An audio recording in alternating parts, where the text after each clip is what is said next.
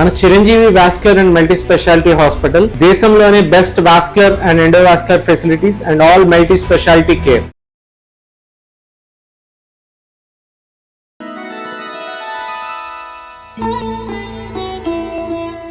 సింహరాశి వారికి శని వక్రగతి వల్ల ఎలాంటి ప్రభావం ఉంటుందంటారు? ఏ విషయాలు జాగ్రత్తలు తీసుకోవాలి ఉమాగారు? సింహరాశి వాళ్ళకి శని అనేటువంటి ప్లానెట్ 6, 7 స్థానాలకి అధిపతి అయ్యి 8వ స్థానమైనటువంటి మీనరాశిలో రేవతి నక్షత్రం మీద అక్టోబర్ 10వ తారీఖు వరకు ఉంటూ ఆ తర్వాత ఉత్తరాభాద్ర నక్షత్రంలోకి ప్రవేశిస్తారండి. 10వ తారీఖు డిసెంబర్ దాకా వక్రగతి ఉండి ఆ తర్వాత మళ్ళీ మార్గీలోకి వచ్చేస్తారనమాట. అయితే సింహరాశి వాళ్ళకి 6th and 7th లార్డ్ వాళ్ళ యొక్క career, daily routine, marital life, marriage, business అన్ని అంశాలు కూడా ఈ శని వల్లనే నిర్దేశించబడతాయి. సో ఈ శని అనేటువంటి ఆయన వక్రగతిలోకి వెళ్ళడము అని అంటే వీళ్ళ యొక్క ఆచార వ్యవహారాల్లో, ఆరోగ్య అలవాటుల్లో వాటిల్లోనూ ఎన్నో రకాలుగా మార్పులు అనేటువంటివి రావచ్చు. ఏదైనా కొత్త హెల్త్ ఇష్యూస్ అనేటువంటివి తలెత్తడం. సో అవి వచ్చాయి కదా అని చెప్పి అవి వచ్చిన తర్వాత ఎన్నో రకాల అలవాట్లు మానుకోవడం, ఎన్నో రకాలైనటువంటి ఆరోగ్య అలవాట్లు, మంచి అలవాట్లు నేర్చుకోవడం, ఉదయాన్నే నిద్ర లేవడం లాంటివి, సమయానికి నిద్రపోవడం లాంటివి, ఇలాంటివన్నీ కూడా వీళ్ళకి మార్పులు చేర్పులు కనబడే అవకాశాలు కనబడతాయండి. అష్టమంలో శని అనేటువంటి ఆయన ఏదైతే నడుస్తూ ఉన్నారో చిన్న ప్రమాదములు సంభవించడము కానీ, అంటే వాహన ప్రమాదములు కానీ, చిన్న గాయములు కానీ, లేకపోతే ఇలాంటివైనా సంభవించడం కానీ జరిగే అవకాశములు ఈ 137 రోజుల్లో ఎక్కువగా కనబడుతుంది. శని అనేటువంటి ఆయన అష్టమంలో ఉండి ఆయన యొక్క 3వ దృష్టి అనేటువంటిది వృషభ రాశి మీద పడుతుంది, which is 10th house, career house అండి. తర్వాత వచ్చేసి ప్రొఫెషన్, తర్వాత ఆక్యుపేషన్, ఇవన్నీ కూడా.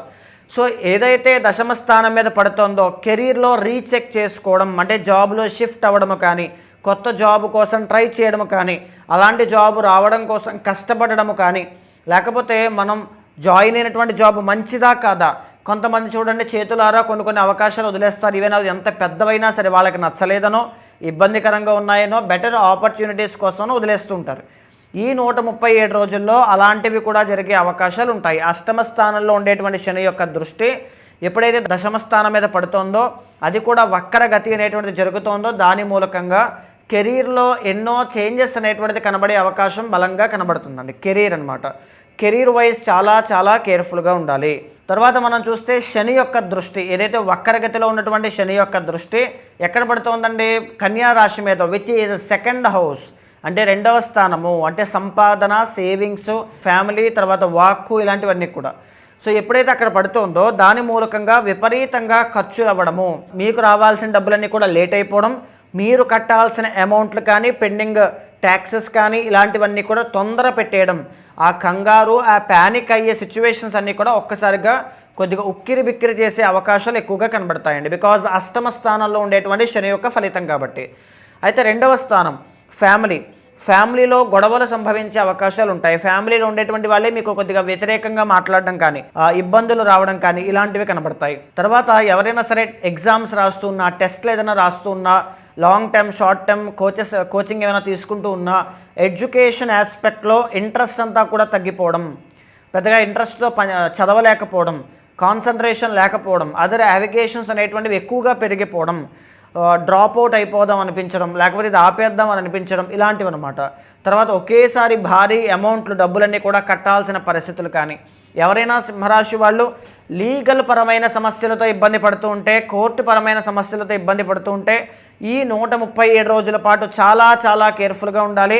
పాస్ట్లో, గతంలో మీ మీద ఏదైనా అభియోగాలు, లిటిగేషన్స్, సమస్యలు, government penalties, taxes, GSTs, income tax కానీ, కేసెస్ కానీ, కోర్టు పరమైన చిక్కులు కానీ, ఇలాంటివి ఏవైనా ఉంటే అవి మళ్ళా తిరిగి రీఓపెన్ అయ్యే అవకాశాలు ఎక్కువగా ఉంటాయి. Because of రీట్రోగ్రేషన్.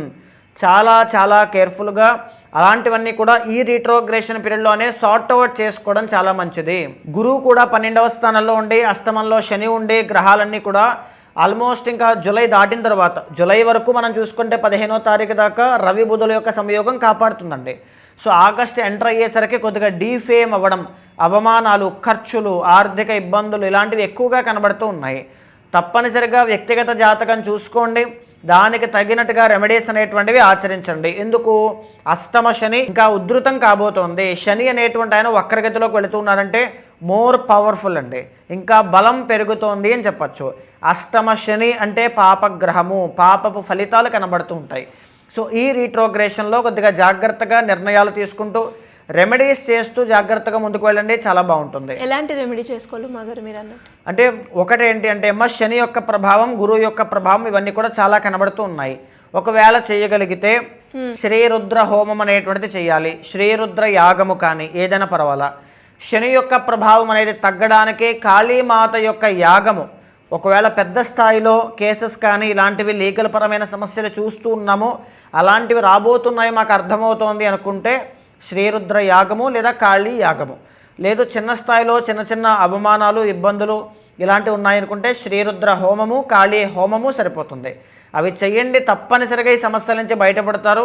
137 రోజుల్లో మీకు ఎలాంటి ఇబ్బంది లేకుండా కాళీ అమ్మవారే మిమ్మల్ని కాపాడతారు. మీరు అన్నట్టుగానే ఇంకెవరైనా కూడా ఈ శని వక్రగతి వల్ల ఇబ్బంది పడుతున్నా, లేదు అంటే శని ప్రభావం వల్ల ఇబ్బంది పడుతున్నా, ఏ రాశి వాళ్ళైనా కూడా మిమ్మల్ని వచ్చి దానికి తగ్గట్టుగా పరిహారం చేసుకోవాలి అంటే ఎలా ఉంటుందంటారు? తప్పనిసరిగా అమ్మ, శని అనేటువంటి ప్లానెట్ ఎప్పుడైనా సరే ఒక అద్భుతమైనటువంటి రాజయోగాన్ని ఇస్తారని. వృషభ లగ్నానికి, తులా లగ్నానికి, మకర కుంభ లగ్నాలకి వీళ్ళకి అద్భుతమైన రాజయోగాన్ని ఇస్తారు. కానీ ఫలానా రాశికి ఇలా ఉంటుంది అని చెప్పేటువంటిది ఆ శని యొక్క ట్రాన్సిట్ ఏదైతే నడుస్తుందో దాని తాలూకు మీ యొక్క వ్యక్తిగత జాతకం కూడా దానికి సహకరిస్తే అద్భుతమైనటువంటి గ్రోత్ ఖచ్చితంగా 137 డేస్లో రీట్రోగ్రేషన్ వల్ల మీకు కలుగుతుందండి. అయితే ఈ శని అనేటువంటి ఆయన దానికి ఎంత బలం ఉందో మనం చెక్ చేయాలి. ఎందుకంటే రేవతి నక్షత్రం మీద ఇప్పుడు ఉన్నారు కాబట్టి. సో ఆ అష్టక వర్గము కానీ అన్నీ కూడా మీ వ్యక్తిగత జాతకం చూడాలి అనుకుంటే తప్పనిసరిగా మీకు కింద కనిపించే నెంబర్కి కాల్ చేస్తే మా వాళ్ళు మీకు పూర్తి వివరాలు అందిస్తారు. మీ యొక్క జాతకాన్ని చూసిన తర్వాత గోచారంతో సమన్వయం చేస్తూ ఏదైనా దోషాలుంటే శాంతి పరిహారములు ఆచరింపచేసి భగవత్ అనుగ్రహం కలిగేలా చేస్తాను. థ్యాంక్ యూ అమ్మగారు, థ్యాంక్ యూ సో మచ్. నమస్తే అండి.